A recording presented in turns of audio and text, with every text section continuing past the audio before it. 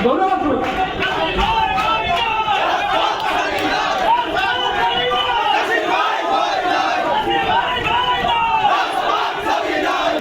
সন্ত্রাসীদের কেউ গ্রেফতার হয় নাই।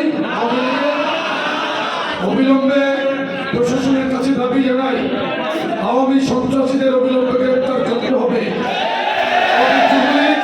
ছাত্রলীগ জিল্লুল হাকিম এমপির পোষ্যগুন্ডা, কেরামত আলীর পোষ্যগুন্ডাদের খুঁজে বের করতে হবে।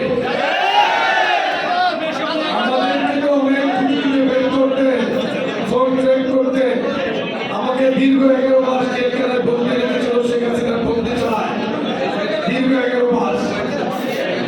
আমাদের প্রিয় নেতা তারেক রহমানকে 18 মাস বন্দি রেখেছিল মঈনুদ্দিন ফখরুদ্দিন, অত্যাচার করেছিল। অবিলম্বে তারেক রহমানের সকল মিথ্যা মামলা প্রত্যাহার করতে হবে। মাঠের অলরাউন্ডার আমি, আর ঘরের allrounder Tylox. Tylox toilet cleaner, clean মানেই টাইলক্স। প্রিয় নেত্রী দেশনেত্রী বেগম খালেদা জিয়ার মিথ্যা মামলা প্রত্যাহার করতে হবে এবং রাজপথে আবার কিন্তু নামতে হবে। নির্বাচন নিয়ে কোনো টালবাহানা আমরা সহ্য করবো না।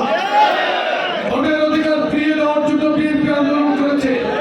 আমাদের নেতা বলেছে মানুষের ভোটের অধিকারকে ফিরিয়ে দেওয়ার জন্য আবার আমরাই ফিরিয়ে দিব, বিএনপি ফিরিয়ে দিবে ইনশাআল্লাহ। এই জন্য কোনো টপিং রাখা যাবে না।